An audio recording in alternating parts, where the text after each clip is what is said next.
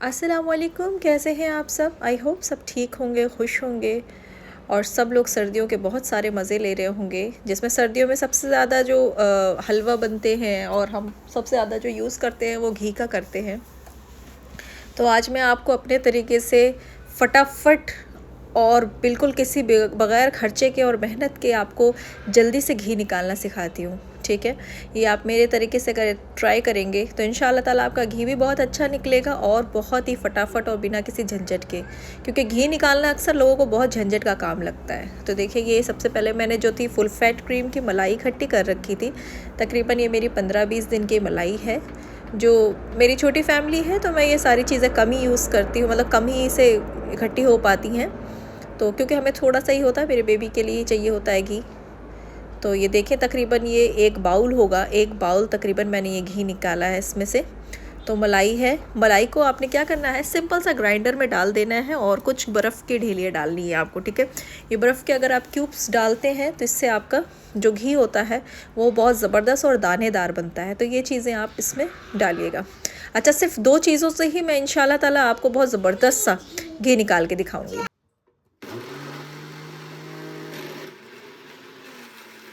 इसको आपने इस तरह से ग्राइंडर में ग्राइंड कर लेना है। ग्राइंड करते वक्त आप ये याद रखिएगा, ध्यान दीजिएगा कि ये ज़्यादा पतला ना हो। ओके, चलिए अब हम नेक्स्ट स्टेप की तरफ जाते हैं। इससे जो सारा हमने जो ग्राइंड किया हुआ था, ये ग्राइंडर को हम एक कढ़ाई में डाल लेते हैं, ट्रांसफ़र कर लेते हैं, जिसमें हमें इसको पकाना है। ठीक है, इसमें मैं आपको ज़्यादा बर्तन मैश करने की वो ट्रिक भी बताऊंगी कि आप इस तरह से डायरेक्ट करें तो आपके ज़्यादा बर्तन भी गंदे नहीं होंगे। जिस तरह से क्योंकि सर्दियों में सबसे ज़्यादा जो प्रॉब्लम होती है वो बर्तन धोने में होती है, मुझे पता है। और ख़ासकर इस तरह के मलाई के बर्तन तो वैसे बहुत मुश्किल से धुलते हैं, गर्म पानी से ही धुल पाते हैं। तो इसलिए ये सारी चीज़ों को अगर आप इस तरह से ट्रिक इस्तेमाल करेंगे तो इंशाल्लाह आपको ज़्यादा बर्तन नहीं धोने पड़ेंगे और ना ही ज़्यादा मैसअप होगा और बहुत ही जल्दी कम टाइम में आपका घी अच्छा और दानेदार निकल के आएगा। ठीक है, अच्छा इसमें ये देखिएगा कि मेरा घी जो है वो कम निकला है।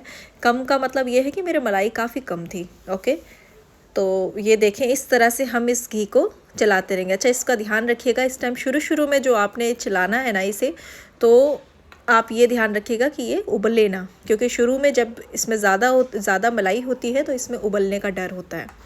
तो इस तरह से आप ये देखते रहिए कि धीरे धीरे ये सारी पतली हो गई हैं और थोड़ी देर बाद इसमें जो घी है वो इंशाल्लाह ऊपर आ जाएगा सारा।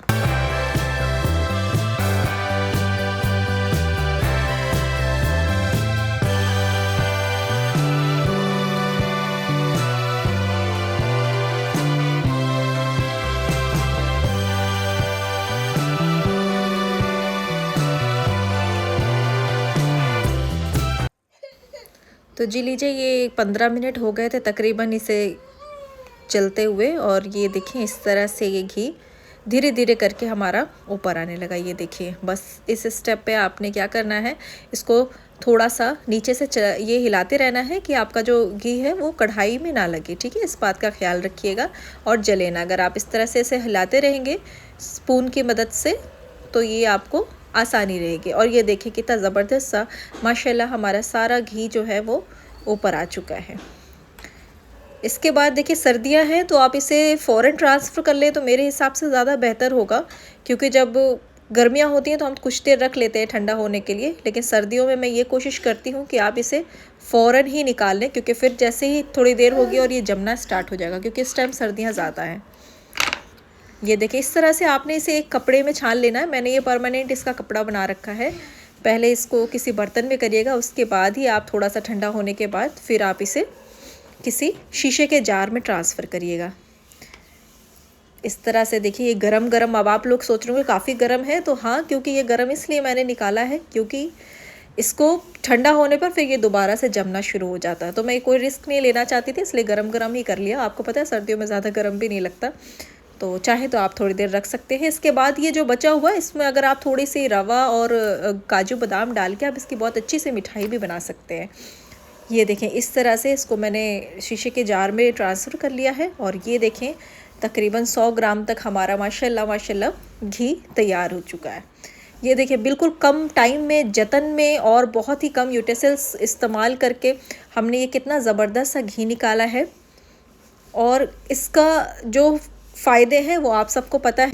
रेसिपी पसंद आई हो तो लाइक शेयर कमेंट ज़रूर करिएगा। अल्लाह हाफ़िज़।